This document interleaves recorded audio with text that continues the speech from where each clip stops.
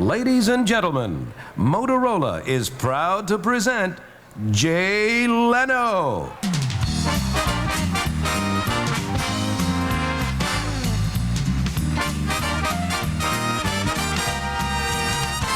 Hi, folks.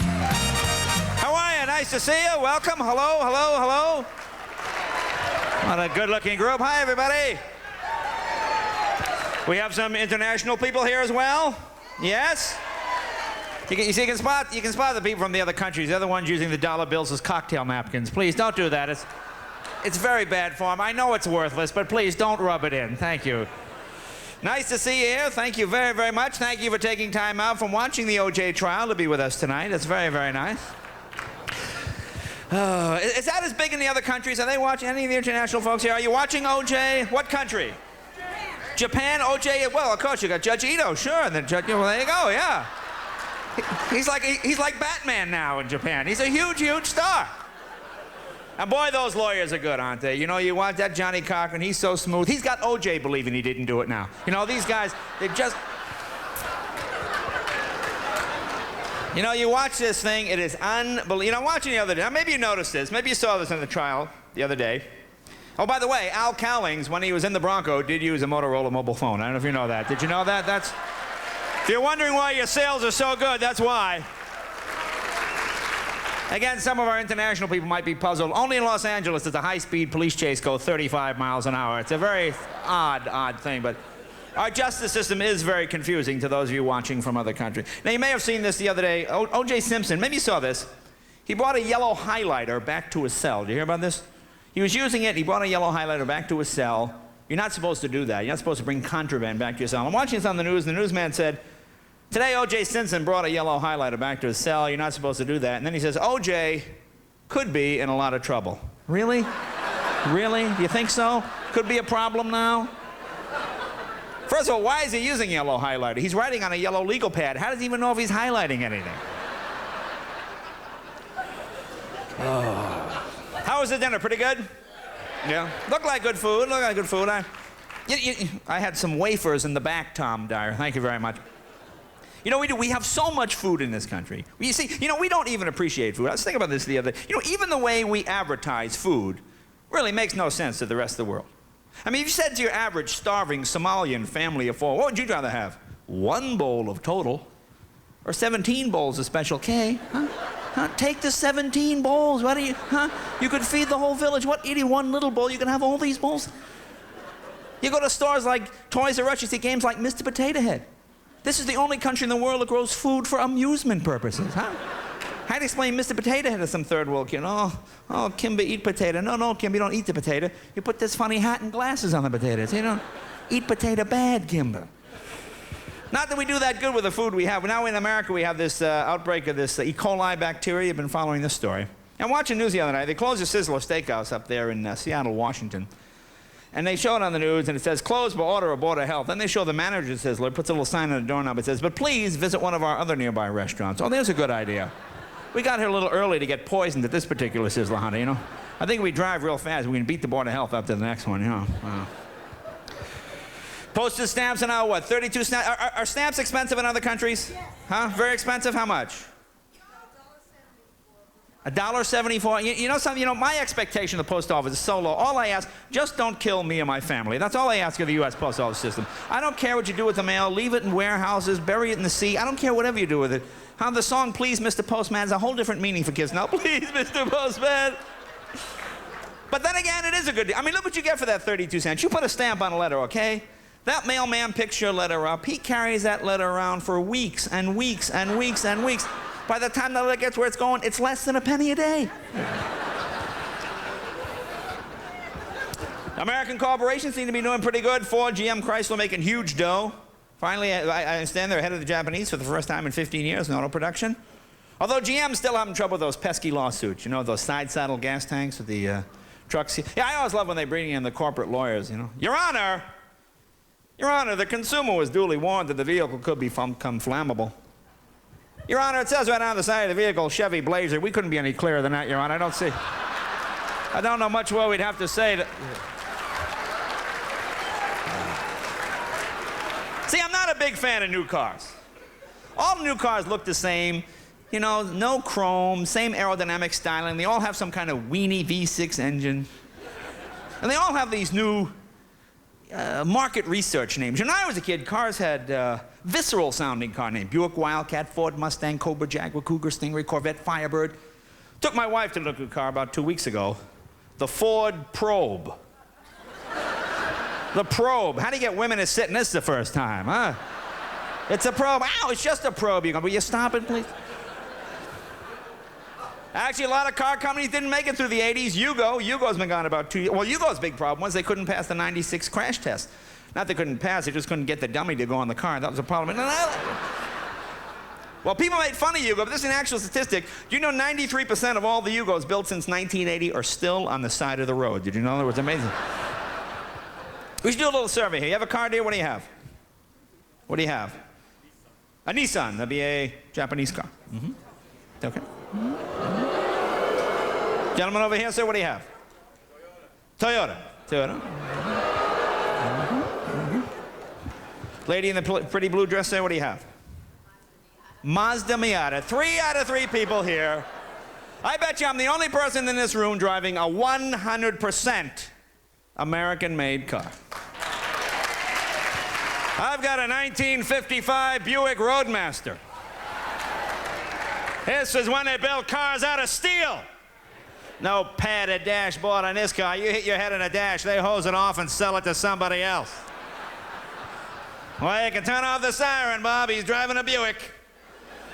What a death wagon this thing is, boy. Radio knobs look like Bowie knives sticking out of the dash. You know, the windshield's about 7 feet from the steering wheel, so if you hit something, you just freeform through space for 2 minutes. Yeah, bam, right through the plate glass windshield. And this is a big car. This car seats 7 for dinner. All right, that's what you're talking about. The car is big, it's clumsy, it eats gas, but it's great for scaring the hell out of Mazdas on the freeway, boy, huh? You pull up behind a Mazda, she thinks it's Jaws. Eep, eep, taking up all 4 lanes, little head, big steering wheel there. About once or twice a week, I find a Toyota Corolla crushed up under the fender well, you know, just, get out of the way. Oh, a few years back, my mom wanted to do something patriotic. My mom bought one of these Chevrolet Geo Metros. What a Cheerio box this thing is. Oh, it's a nice car, it's a cute car, it's got no power. I put a bag of groceries on the seat next to me. I got a downshift to keep it moving at this point. And it's little. You don't even realize how little these cars are until you drive them. I'm driving this stupid thing, pull up to my house, open the door, I hit this wall. I said, you remember this wall being here? It was the curb. We got it set up to cut grass now. The American gas station, when they used to be called service stations, huh? You see what Arco has done? Here's a pretty smart company. Arco has managed to combine the all-night mini market with the 24-hour gas station to try and give you a one-stop robbery center. See, this way the criminal don't have to drive around all night wasting gas. You pull in at 9:15, you shoot the attendant, you're in bed by 11. And here's something in this month's Motor Trend. They said by 1996, many of the commuter cars, like your minivans and stuff, will actually have small microwave ovens in the console so that you could heat up a roll or something on your way to work. Huh? Is this a good idea, having people cooking in their cars now, huh? It's better if you got idiots talking on the phone. Bill, I gotta go, my souffle's burning, look out! You know what they sell in Japan? I'm not making this up, because their traffic is like 1,000 times worse than ours. In Japan, they actually sell these small plastic portable toilets that people can use in their car. Huh? You thought it was disgusting to sit in traffic and see a guy picking his nose, please. Glad you get stuck on the 405 behind some constipated guy. Can you go around me? Have you got any paper? No, I don't have any paper. Want to put the top up there, fella? Thank you very much.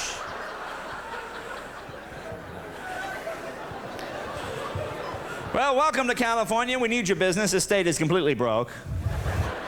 Fires, floods, mudslides, earthquakes. They just changed the whole lottery. You probably read about that guy, the one that $50 million up in Sacramento. Now he gets, what, $1 a year for 50 million years? I'm not quite sure how that works. I live in Los Angeles, home of the big trial. You know, that's a... You know, you probably read this in the paper the other day. To give you an idea what kind of city Los Angeles is in. And I'm not making this up. Those of you from LA, back me up on this. Woman is jogging in Santa Monica, eaten by a mountain lion. Did you hear this story? Right? Woman is eaten by a mountain lion. Then over in Glendale, the other side of LA, huge black bears wandering out of the hills, rooting through garbage cans. I mean, this is the only city in the world, really, where you can be in your car downtown, almost get carjacked, run for your life. Oh, man, I thought those hoodlums are going to kill me. Mountain lion! I mean, what other city can you run from a street gang, only be eaten by a wild animal, all within city limits? It's like Daktari just trying to get downtown at 5 o'clock. You have these terrible earthquakes, the mudslides, these fires. You know, you see these horrible fires on the news. I don't know if you saw this man. I saw this man in Malibu. It was not far. You know, you don't know the people, but you empathize. This poor man goes back to his home. Every single thing the guy owned burned to the ground. Every single thing the guy owned burned to the ground, except for this one little bag of easy-to-light charcoal briquettes. You know, I could hardly, you know what I'm saying? You could hardly read Kingsford on the side. It's a sad, sad story. And of course, you have the earthquakes, and of course, you know, and the aftershock. There is a great word. You know, I don't know who's doing PR for these earthquake people, but this concept of the aftershock is a great PR term. There's no such thing as an aftershock. It is another earthquake. I mean, women, huh? When you have twins, oh, look, she had a baby, oh, and an after baby. Look at that. No, it's another earthquake. It's as big as the first earthquake. And of course, when you live here, they give you the stupid earthquake advice. What are you supposed to do? Anybody? Huh? We're all vice presidents here. Oh, come on. I have never seen so many vice presidents in my life. What are you supposed to do? Stand in a doorway. That's right. In case of an earthquake, stand in a door. Oh, that's great. You know what that means? That means if there is an earthquake, the only people left alive are going to be hookers, transients, winos. Really? I mean, who else is hanging around in doorways, really? And they always say that animals know. This is an argument my wife and I have. My wife's got this cat. Oh, the cat will know if there's going to be an earthquake. And I always say, how stupid. How can a cat know? But you know, she's right. They do know. We had that big earthquake, January 17th last year, 4:30 in the morning, as soon as the earthquake hit. Cat turned off the gas, put new batteries in the flashlight, so somehow they sense. You know something? It actually bothers me that the cat knows, because I wish the animal didn't know, because it's not like this cat will even lift one paw to help the rest of the family. This is what's annoying about this pet of my wife. You know, she's had this cat for 7 years. The thing sleeps 23 and a half hours a day. You know, I've got to watch television with that paw hanging in front of the set. All right, I don't mind. What have I spent on little frisky individual treats in 7 years? $900? $1,500? I don't know. I'm not counting. You like the cat, fine. All I'm saying is, Kitty, if you have information that will help the family, share it with others. That's all I'm asking. You know, that's not so much to ask of another family member. Because I remember the earthquake. I remember lying in bed at 4:29, 1 minute before the earthquake. Bing! The cat runs off the bed. Hey, where's Kitty going? Ah! I'm covered in sheetrock. Kitty's in the doorway. Meow, meow, meow, meow, meow, meow, meow, meow. Oh, boy. And you know, I tell you.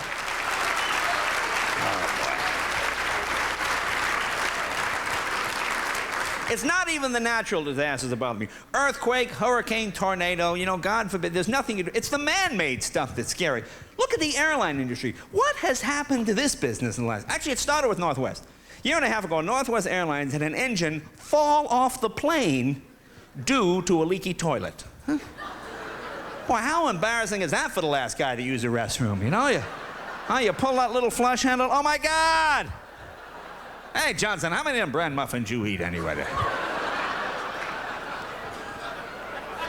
And then they had that incident with the drunk pilot who they just rehired. You know that story? They just rehired the guy after he got out of jail. I can't figure that out. You know this one about the pilot that flew the plane had 19 rum and cokes? Got 16 months in jail. 19 rum and cokes the pilot had. They wouldn't even have caught him if the FAA hadn't seen him going round and round on the baggage carousel. But you know, I'll tell you something. When that whole drunk pilot thing happened, everybody was making fun of Northwest. All the comedians were doing Northwest jokes. So was I. I think the corporation, dealt with it honestly, very open. See, I think this is a case of the corporation being a little too open with the public. You know, I was on a Northwest flight, not quite a year ago. We're flying along about 30,000 feet. Pilot's on the intercom. Says, "This is your captain speaking. My name is Bob, and I'm an alcoholic." He said, "Oh, dear." At least he's dealing with her. I mean, that's the first step, the realization that there is a problem. And it's not just, no, look at British Air. Last February, British Air had a pilot sucked out the cockpit window. I'm not making this up. Guy he was hanging out in the window trying to hand a couple of six-packs. A Northwest plane was coming the way. Apparently some sort of sobriety checkpoint or something. In fact, you know what movie was on cable the other night? Anybody see this movie Alive? True story, right? About this plane that crashed in the Andes Mountains and the survivors were forced to eat the dead passengers. Can you imagine? mean, that's the one flight you want to be sitting next to the fat guy. You know, you say, oh boy, that would be... Now, did you like that movie? Huh? Do you think you could do that? Because they were there for 3 months. See, my thing is, how do the survivors decide which of the passengers are going to eat? How do you make that kind of decision? I mean, do they all get together? Oh, what do you feel like, guys? We have Mexican over here. You know, we had Italian last night. I am so full, really. Oh, I am so tough. Let's try something a little lighter. Where's that Japanese guy in 9A? Let's try that. Wait, see us on the news Wednesday? See what Congress is trying to know? Congress is trying to pass a law that the airline should have to notify passengers at the airport whether a flight has been threatened or not. Oh, this is going to make flying a lot of fun, isn't it? Let's see, on the American has a flight at 6, and that's being threatened by the Islamic Jihad. United has a 6:15, that's being threatened by the PLO. You know, personally, I don't think they've got the firepower to bring us down. I think we'll go with this one here, yeah. And of course, they're all losing money, the airlines. They're all going broke. They can't make any dough. They need. How can they be? You fly. You're crammed in there like sardines. They oversell the flight. You got people at the door trying to sign you up for those bonus mile things. Oh, I got one from Delta. They want me to join their frequent survivor program. Anybody? Have you taken? Huh? See, it's deregulation. I mean, you can fly coast to coast now for what? $212. You now see people flying that would normally just hitchhike or cling to the bottom of trains to get where they're going, you know? People get on planes now, open sores, wet animals, woo, you know, just shirtless, drunken men reeking of alcohol, horribly misspelled tattoos, you know. No birth records of any kind in most of these people. Pilot used to be respected. Remember 10, 15 years ago, you got on a plane about halfway through the flight, the pilot would button his jacket there, have that little cap on, razor-sharp crease in the trousers, make that little stroll down the center aisle. And people would be impressed. There's the pilot. Which guy? That guy's the pilot. Psst, psst, psst. He walks down the aisle now. It's like running the gauntlet. People, they're kicking him there. They're pulling his pants down in front of the other passengers. It's terrible. But you can't blame people. Look at the airlines. Doors flying off, roofs peeling back, pilots showing up drunk. You see that incident in Denver? Continental and Delta, the only two planes in the sky that come within 30 feet of each other. How does this happen? You put 10 horses in a little corral, they run around all day. They don't crash into each other. How do they do it, huh? Can we talk to their people? Oh, now they're tightening security. That's a big buzzword at LAX, tight security. Like when you walk through the X-ray machine, they have that sign. It says, everyone getting on this aircraft will be searched. Everyone, including the pilot. Why are we searching the pilot, huh? But if he wants to crash a plane, all he can do is go like this. He's going to shoot himself in the head, then go like that. And you know something? You're not even getting the level of pilot you were getting 10 or 15 years ago. About 3 months ago, I'm going from Kennedy Airport in New York to LAX. About 90 minutes into the flight, I get a note from the flight attendant. It says, Dear Miss Leno, our pilot, Captain Bob, whatever, first saw you 12 years ago at this college, would like to come back and say hello. I said, oh, that's very nice. I'm flattered. I'd like to meet the pilot. I'm not thrilled that he's leaving his post to go talk to a comedian in the back of the airplane. But, you know, vanity being what it is. And the guy and very nice guy. And you know when people are nice to you, you want to return the compliment. So I said, well, gee, you look like you're doing pretty good too. I said, what are you, about 37, 38 years old, captain of a jumbo jet? That's pretty impressive. Now, I always assume most pilots come out of the military, right? Vietnam veteran, maybe Persian Gulf guy, maybe Top Gun graduate like the Tom Cruise guy in that movie, best guy in his class, something like this. So I said to him, so what did you do? I said, did you go directly from the Air Force right into civilian flying? And he actually says to me, oh, no, I couldn't get in the military. My eyes were too bad. I said, fine. Fine. Then you go through the whole food nightmare. You know, I'm on a United flight about 3 weeks ago. There are 32 rows in the plane. I am sitting in seat 1B. The flight attendant says to 1A, what would you like for your entree? We have New York sirloin steak or tapioca chicken. I was like, tapioca chicken? I've never even heard of tapioca chicken, you know? So the guy says, I'll have the New York sirloin. Mm-hmm. And sir, what would you like for your entree? New York sirloin steak or tapioca chicken? I said, gee, I'll have the New York sirloin also. I'm sorry, we're out of New York sirloin. Really? Really? What do you have, 31 and a half rows of tapioca chicken? Is that what you're telling me here? You have this one fake steak, this obvious phony employee orders on every flight? Oh, and then you open the airline brochure, and there's Chef Henri, the little fat French chef they have in every airline brochure. He's got that silver platter with the horn of plenty. Just a cornucopia of the most delicious foodstuffs you could possibly imagine. And they all say the same thing in the brochure. They all say, the food on our airline is as good as the food served in fine restaurants. Yeah, so how come when I go in a fine restaurant, they don't have a barf bag in the seat in front of me, all right? Why is it a fine restaurant? Flew down on US Air. You ever fly this US Air, huh? Used to be Allegheny, used to be PSA, used to be Western, used to be Piedmont, used to be Republic. I think every time they hit a mountain, they change the name of this stupid airline. Boy, this is like stepping in the hole of some kind of flying slave ship, this thing. No seats, bodies piled on bodies. All the pilots are lined up in the terminal. They're pumping quarters into that insurance machine. You know. One flight attendant for the whole plane, Helga the Stomping Mare, was our flight attendant. Kind of a large, burly woman wearing some kind of Mayan death mask. She's handing out this concoction of gruel and bug juice. I mean, the movie was Eraserhead, just to give you some idea. You know my biggest fear? I always get stuck in that stupid middle seat. I get stuck between the screaming baby with diarrhea and the octogenarian with halitosis. You know, we look like the 3 ages of man winging through time here, you know. Oh, God forbid you get on a plane with nothing to read. You're forced to read the in-flight magazine. This is edited by the same people who do highlights that you find in your dentist's office, you know. I always like when a flight attendant makes a little announcement. Feel free to take this complimentary copy home with you. Yeah, it's okay, I'm not going to be wrapping any fish today. I think more people steal the puke bag than take the stupid magazine out of it. See, you know what bothers me? It's just the cocky attitude. You know, I'm watching the news about a month ago. Dan Rather is talking to this FAA official. And the guy says, what most Americans don't realize is more people are killed every year in their own bathrooms than are killed in airplanes. Yeah, but you know, if I'm in my own bathroom and I slip off the john, I don't fall 35,000 feet, do I, huh? You ever open your bathroom door, have a fireball come up that center aisle, incinerate your flesh, and throw your bones out the window at high speed? Have you had that happen, huh? Your head's in Nebraska, some cow in a field in Iowa is going through your personal papers. Moo! We found this foot in the Tampa area. We're going over to... Well, then the guy says, the other great myth about flying is that most serious airline injuries happen in the air. Oh, no, he says. Most of the serious airline injuries actually happen on the ground. Well, of course they happen on the ground. I mean, technically, nobody is injured while the plane is going, nee. It's not till the nose of the plane begins to burrow into the earth you get that lower back pain that comes with hitting the ground. Hey, where are those Doan's pills, honey? Let me put that belt a little tighter. We're only going to hit it 1,200 miles an hour. But you know something? You think you're safe on the ground. Every time you open the paper, there's some new... You know, I don't understand the legal system. I am totally confused. I watch these trials. I can't figure out what's going on. I'm reading about Kevorkian, again in front of the Supreme Court the other day.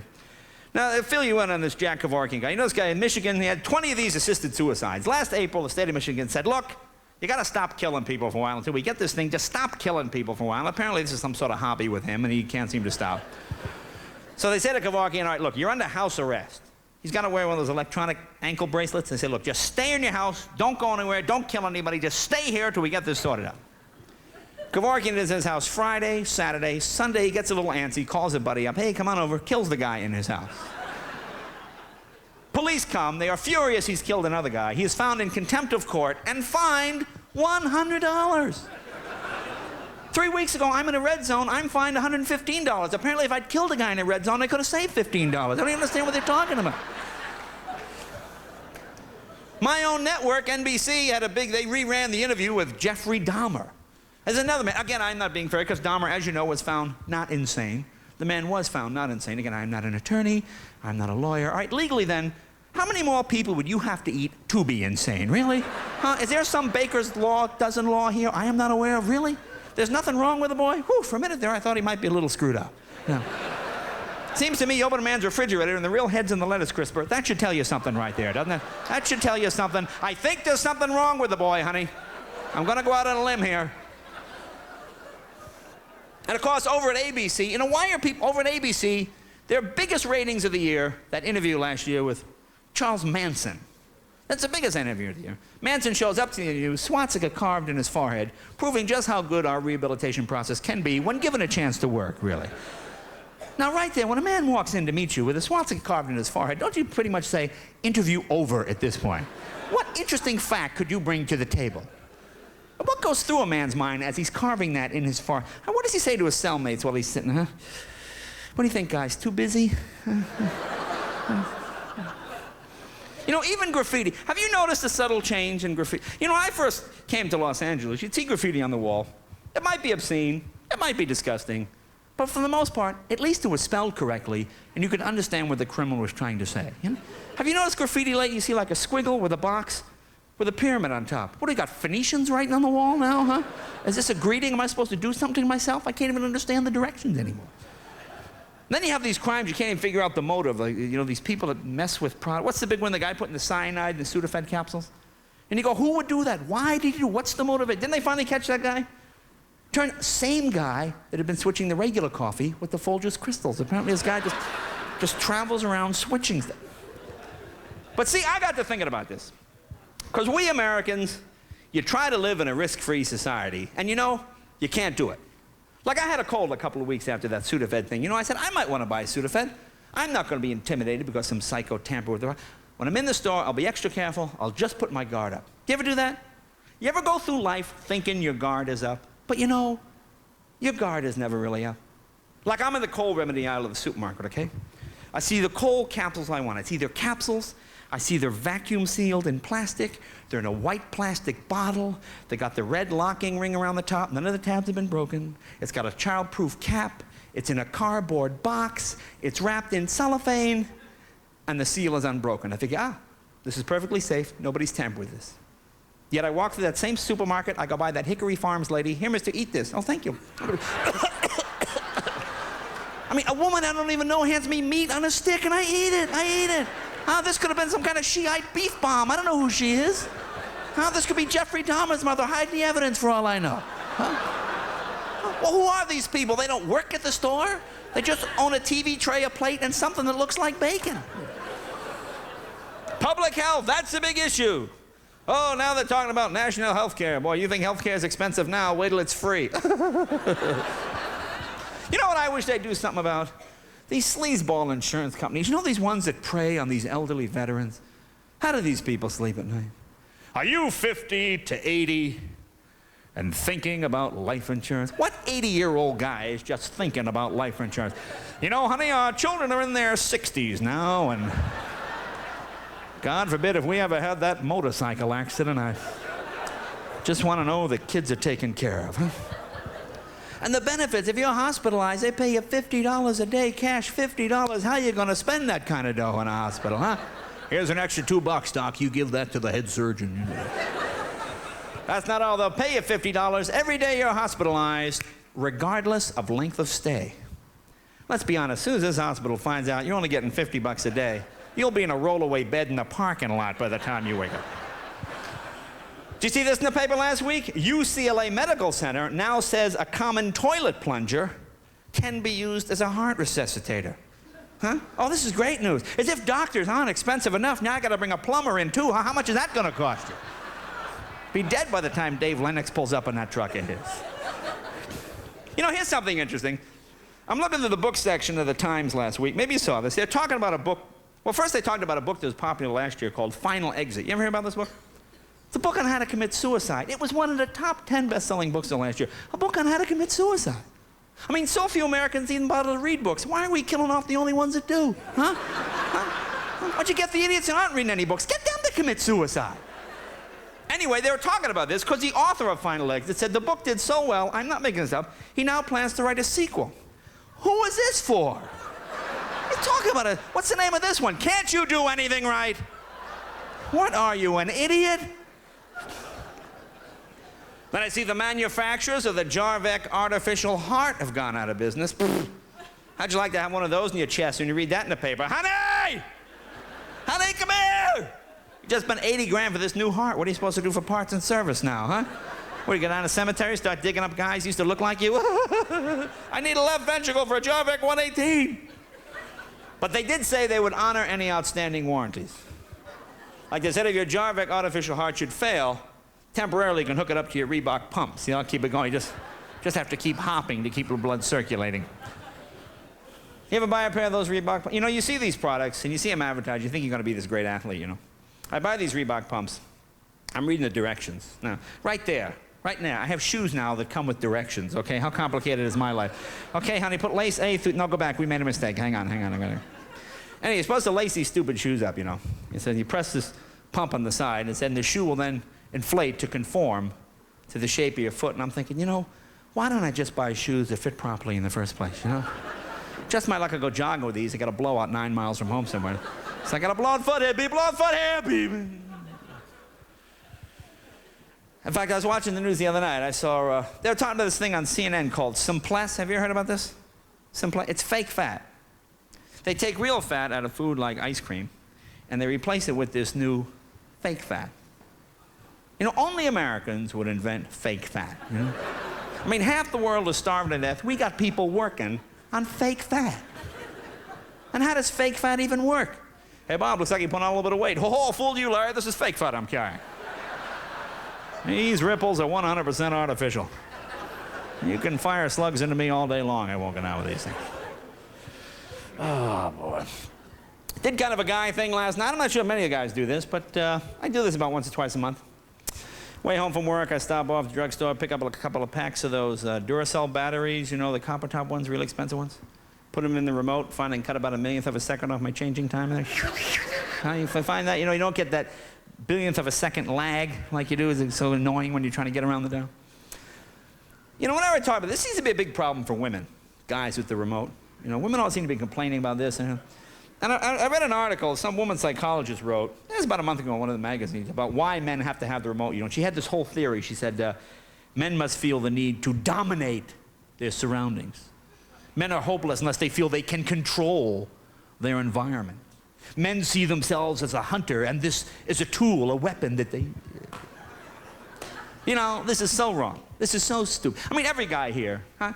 You know the real reason you have the remote, huh? Let's be honest, huh, guys? You're sitting home, 10:30, 11 o'clock at night, Friday, Saturday, going on, let's go to Showtime. Girl in a bikini. Top coming off? No. We'll come back. Click, click, click, click. HBO. Couple gonna make love? No. Back to show. You're just looking for naked women on cable. That's all it is. Not trying to control anybody. Not trying to dominate my environment. Honey, if you think you can find naked women better than me, you take the remote, all right? That's all it is. Just looking for naked women on cable. Let's be honest here. It's exactly what's going on. Oh, boy. Oh, boy. Any TV fans here? Now, when did you guys get out of the TV business? That was that steam-driven unit back in '52, I believe. One that didn't quite work out the... You know, I remember that had the big water wheel.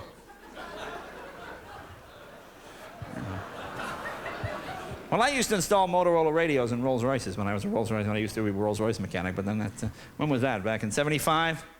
And then, of course, the transistor thing came in. That put them out of it. That stopped there. Bob, did we ever sell radios? Yeah, one time we did, Jim. Any TV fans here? Star Trek fans? Mm-hmm. What do you like, new or old Star Trek? Old, more the orthodox, not so much the reform. You like the old? Huh? What do you like, new or old? Yeah, I gotta go. You know, the new, you know what's wrong with this new one? It's too good. It's too well written. It's not stupid enough. I mean, that's why you watch Star Trek, because it's stupid. You want to see that zipper shaking on the back of the lizard guy when he throws the fake rock at Kirk. You know that one, huh? You've seen that 70, 80 times? And when you watch these new Star Treks, you know, the stories are so 90s.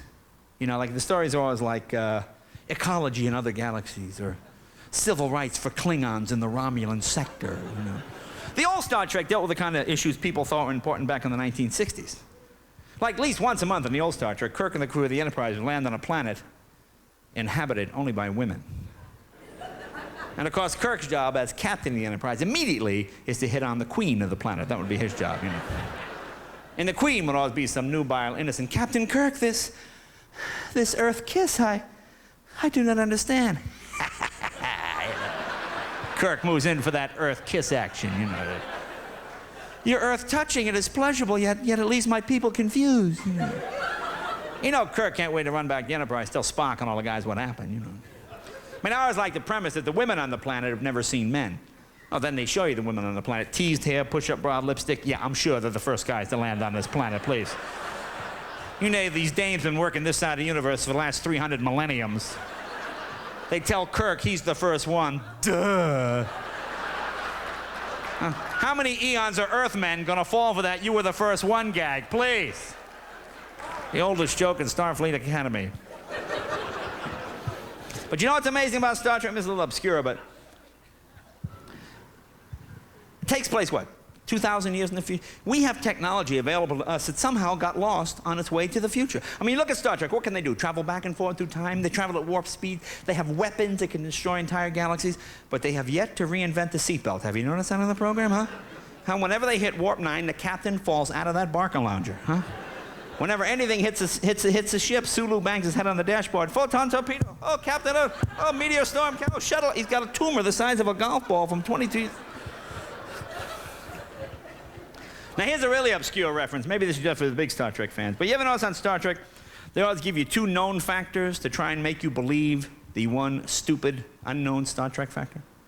Like Kirk would always say something like, I realize this crew is familiar with the writings of Plato, Socrates, and of course, Cremo from Module 7. Well, of course, certainly, if you know Plato and Socrates, you have to know Cremo. The 3 are synonymous, you see. Probably have to be a bigger fan of the show, I guess, for that one. Actually, I watch my favorite show every Tuesday, America's Most Wanted. Do you ever watch this show? This is like the Republicans' answer to law enforcement, this program. Don't hire more police, just put the criminal's picture on TV and send private citizens out looking for the guy, you know. Like, I got nothing else to do but drive up and down the street trying to find felons all afternoon. See the show a couple weeks ago, show a pictures guy, Joe Levine. Guy's on the FBI's 10 most wanted list. They show his picture, and they say for the public to be on the lookout for this guy, but to be careful because he's armed and suicidal. Now, here's a problem that's pretty much going to take care of itself. You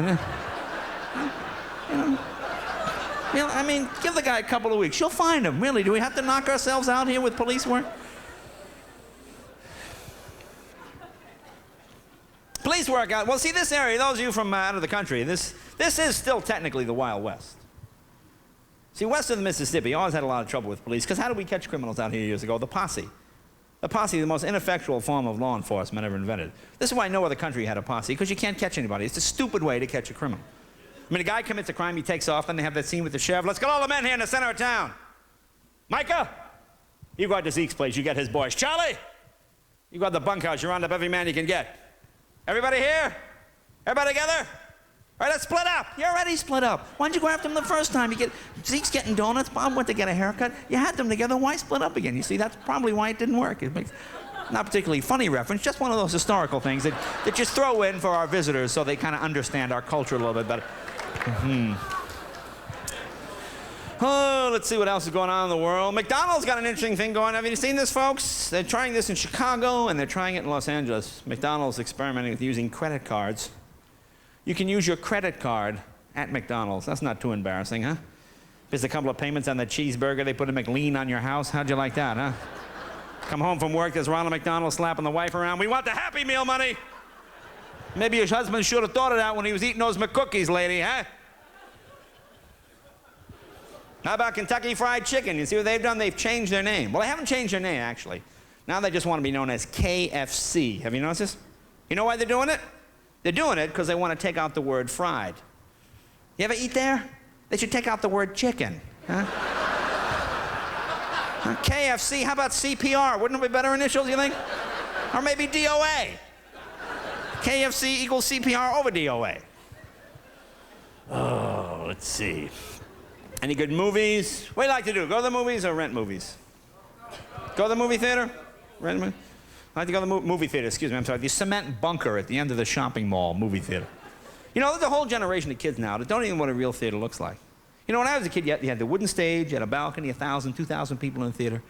Now you drive 20 minutes to some 5,000-acre parking lot, you walk half a mile to a cinder block building, 8 movies playing at once, each screen's about 4 feet wide, they got 60 folding chairs, you feel like you're in some communist debriefing center, you know. I'm trying to watch The Lion King with my nephew, all I can hear is natural-born killers in the 2 theaters next to me. And nobody seems to work in movie theaters anymore. Have you noticed this? There's no usher, there's no manager, the owner lives in Florida, the whole building's on timers, you're stuck in this abandoned warehouse at the edge of town. See, when I was a kid, that was a job to have after school. Being the usher, you got to wear the red jacket with the little theater crest, you got a flashlight, $2 an hour, you walk around the theater. Somebody talked in the theater, you shine, hey, hey, hey!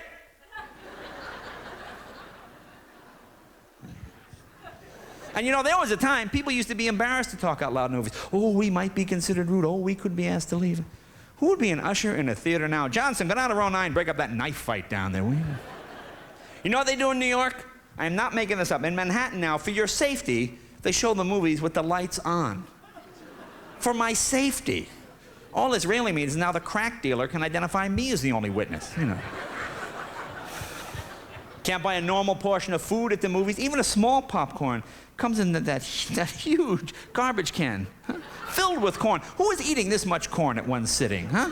What are people bringing livestock into the theater? Huh? Why don't you just get on all fours and put your face in the bucket and eat the thing there? And every soft drink is 7 or 8 liters, these huge soft drinks. Why would anyone buy a drink that's 2 quarts larger than their bladder? Huh? Where are you supposed to put it? And they all come in those new biodegradable cups that begin to decompose within seconds of putting the beverage in. You just spent $7.50 for 2.5 quarts of Coke and not having back to your seat, the bottom's getting soft.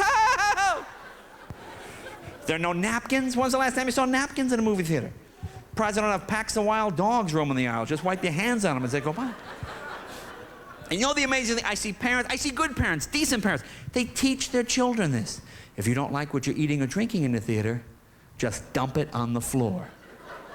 When did this become acceptable public behavior? You gonna finish those potatoes? No. Just dump it on the floor. Now they sell cheese nachos in movie theaters. You bet the janitor didn't dream up this idea. See, actually, there's a legal reason. So many people are slipping and sliding in the Coke and the Pepsi that the cheese get a little extra traction there, so you can just kind of make it up the hill. Oh, boy. Let me get a shot of my... Oh, boy. Oh, boy. Middle of May. You know, May, actually, May, I was thinking about this. May's kind of an anniversary in the Leno household. I just realized this. It was 2 years ago last May. Listen to this, folks. Maybe you can relate to this. After almost 12 years of owning a VCR, my parents were ready to rent their first film. This was a major, major breakthrough.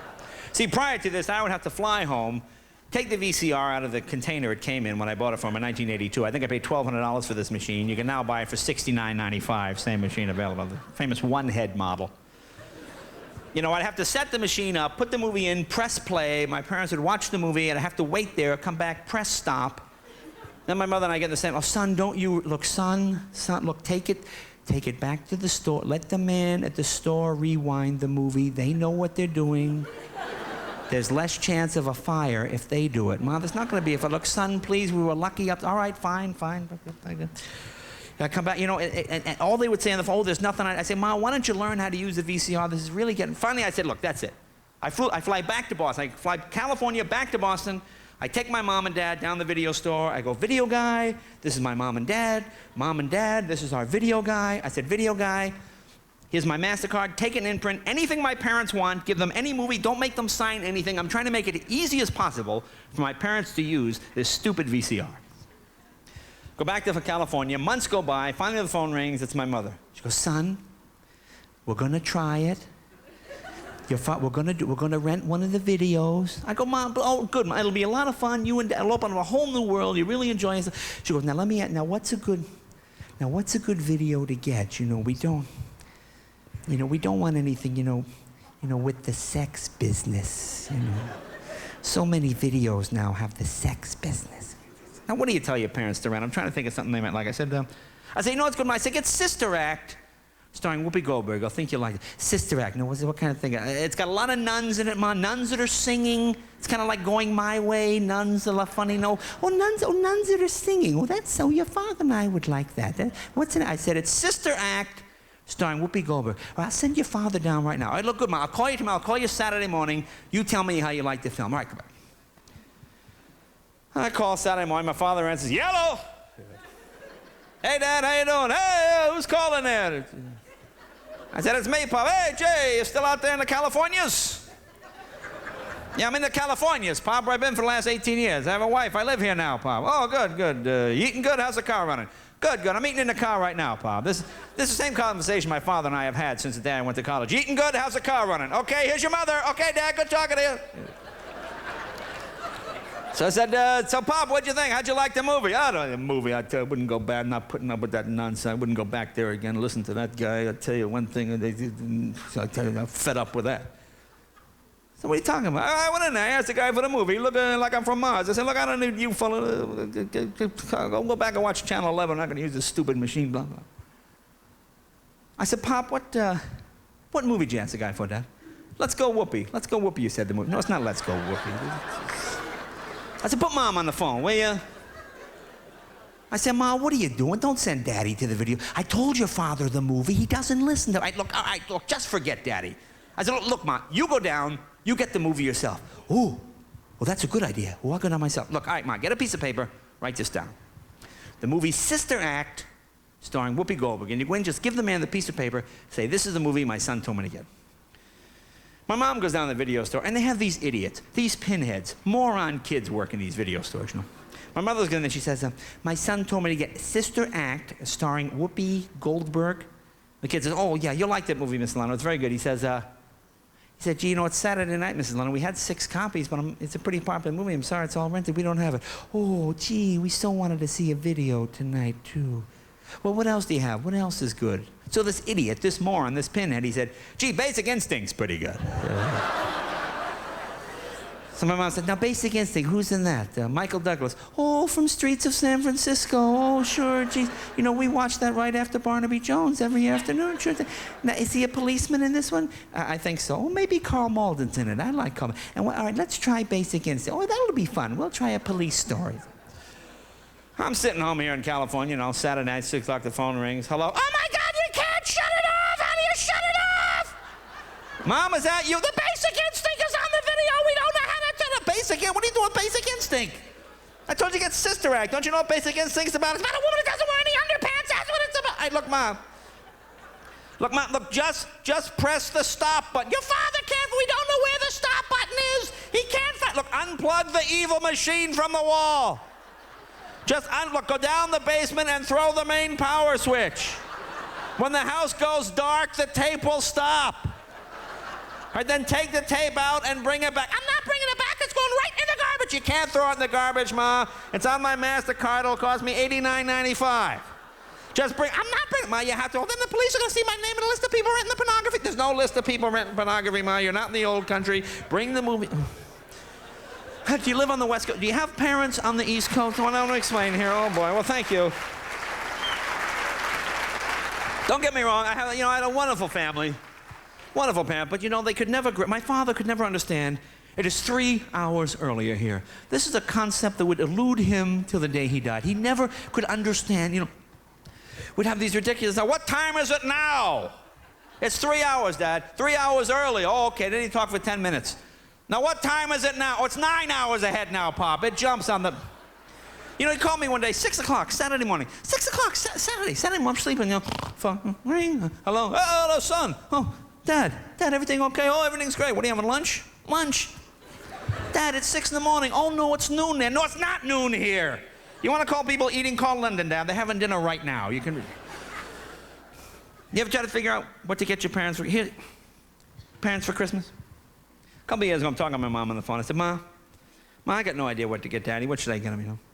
So she says, well, I don't know what you should get him, you know. But, you know, your father went to the big home show in Boston, and he saw these Anderson thermal pane storm windows. Oh, he just went crazy. He sent away for the brochure. They've mailed him a poster. He has done nothing but dream about these storm windows. Now, you got to understand my father. My dad's idea of a great time is to go to Sears and walk around, you know. I said, Dad, why don't you come out to California, Dad? I'll fly you and Mom out. You stay with me. You go on the Hollywood Walk of Fame. You come to NBC. I'll show you how to do the Tonight Show. Hey, yeah, that sounds great. Hey, how's your paint department out there? Oh, it's unbelievable, Pop. Dad, I'll take you to Beverly Hills, Dad. I'll show you where Lady Kenmore lives. Would you like that, huh? Maybe put a coat of Sears weather beater on the house, you know. I said, Mom, put Daddy on the phone. I said, hey, Pop, what's the storm window thing Mom's talking about? I never heard my father so excited. He said, son, I went to the home show. I saw these Anderson thermal pane storm windows. Son, they're unbelievable. They're all aluminum so they don't rust. And I got the thermal pane glass, and in the summer they keep the cold weather in, the warm weather out. Then in the winter, they keep the warm weather in, the cold weather out. He said, I tell you, son, these are terrific windows, but they're so expensive. We got so many windows down here, but I tell you, someday something like that would be unbelievable. I said, well, Pop, I'm doing pretty good this year. Pop, I'm hosting the Tonight Show. Well, you want, get the storm windows, send me the bill. That'll be a Christmas present. No, sorry, Bob. I've supported your mother long enough. I built this house with my salary. I don't need money from my boys. That'll be the day I'll have 1 foot in the grave when I have to go to my sons to pay them, blah, blah, blah, blah, blah, blah. I said, Pop, you've been a great dad. You put us through. I said, Pop, look at it from my point of view, Dad, huh? How often can a son make his father's ultimate fantasy come true? Think about it, Dad, huh? Anderson thermal paint storm windows, they're free. He said, oh, gee, it's not too much money. I said, Dad, I told you I'd take care of just somebody bouncing off the walls. He's so excited. Finally, by the middle of January, he called him up. He said, son, I can't thank you enough. The man put the storm windows in. He did a terrific job. And you know, son, they got those Teflon bushings. So I've been having a ball just opening and closing the windows. You know, just having the time of his life, running through the house, opening and closing the new storm windows. But he says to me, he says, you know, son, there's a little added extra expense. I don't want to be a burden with this thing. I said, Dad, there's always added expense with these guys. I said, why? What's the expense? What happened? He said, well, the man put the windows in for the price he said he'd put them in for. It's not a problem. He says, you know, the windows come with a 15-year guarantee. And the man said for an extra $275, he gave me the 30-year guarantee. So I got the 30-year guarantee. I said, Dad, you're 83, you know? I mean, God bless you, Pop. I hope you make it. Don't get the wrong idea. Look, Pop, why don't you try the 15-year guarantee, Pop, okay? Dad, you make it through that one. I'll come home with a hammer. We'll smash every window. I'll get you a whole new set. Do you find your parents get a little more irritable as they get older? Have you noticed that? You know, God bless my dad. You know, he never had a temper, my dad. But, you know, they get old, they get irritable. You know, I see other guys, Dad, they hunt, they fish, they go to the Grand Canyon, they want to move to Miami. You know, my dad kept adding rooms onto the house, you know? My mother had to explain to him, nobody lives here anymore. Don't you understand? And I said, Dad, why don't you come out to California? What am I going to do in California? I got leaves to write, I got a snuffle show. I can't be running around California, blah, blah, blah, blah, blah, blah, blah, blah. Finally, I get him out here. I get him out in California. And he's doing it at my house. What the hell am I doing here in California? Blah, blah, blah, blah, blah, blah, blah. I go, Ma, what are you going to do with Dad? He's crabby all the time. I don't know how to cheer him up. She goes, why don't you take your father for a ride in one of your old cars? Maybe we'd get a kick out of that. She says, oh, that's a good idea. You know, I got this 1932 package, you know. So I said, hey, Pop, you want to go for a ride? You and me drive around? Or what the hell am I going to drive around California? People see me driving around California, think I'm a lazy man in the middle of the day, but I'm driving around, blah, blah, blah, blah, blah. I said, come on, Pop, nobody's going to see you. You and me will go for a ride. I don't want people to think I'm not working out. That's all right, Pop. Come on, we'll go for a ride.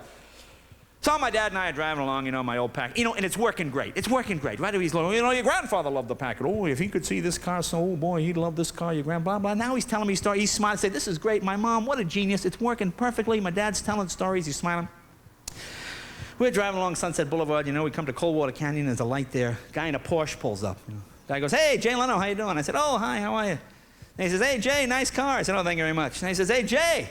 Who's the old guy? Original owner? Come on, you little punk, I'll knock your block off your smile. I said, take it easy, Pop. You're 83. It could be the original owner.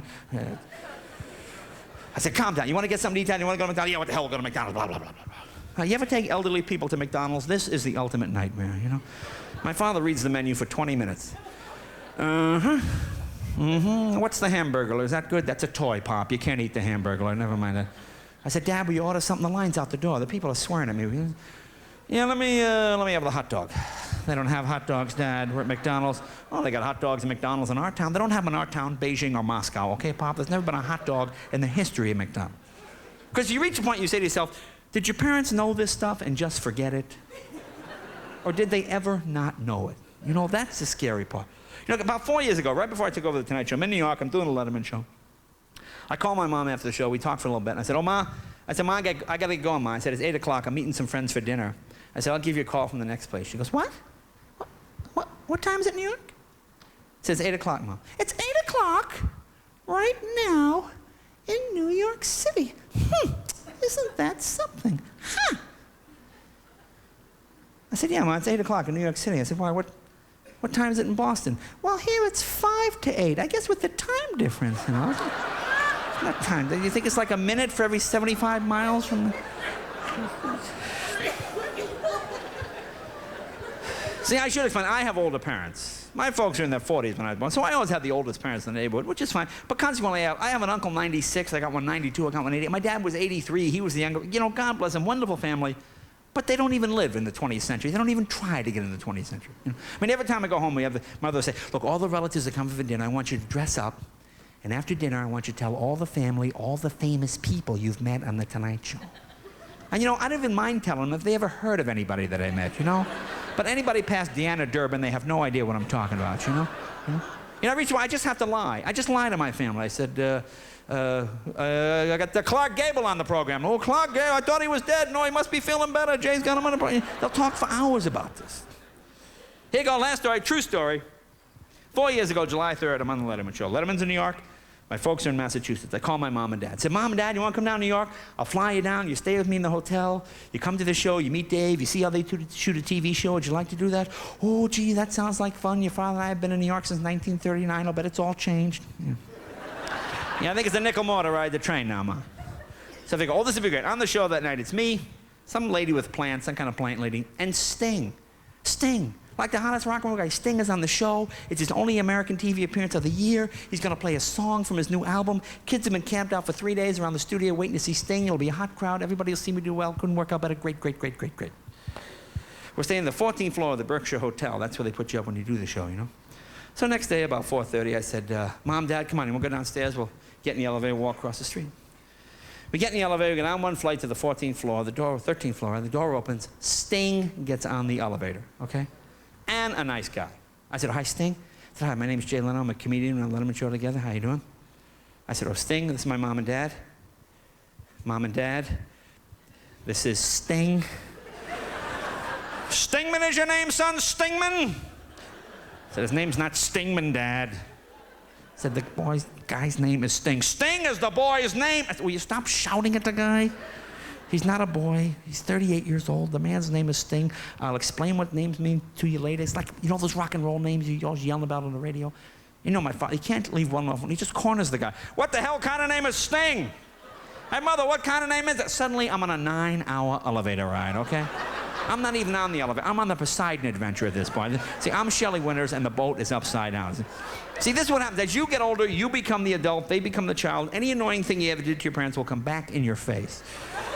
You know, I walk with my parents on the streets in New York. It's like trying to round up ducklings, trying to keep them together. Mom, that's not the kind of story. Dad, the light screen. No, wait there. Where's Mother? Mom, do not give him $1. He is not a friend of ours.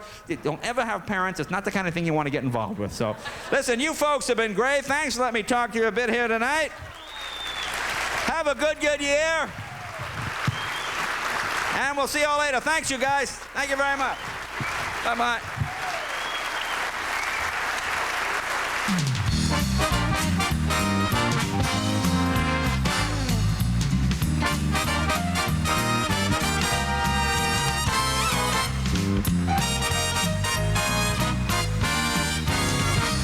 Jay Leno. Outstanding show. Let's hear it for Jay.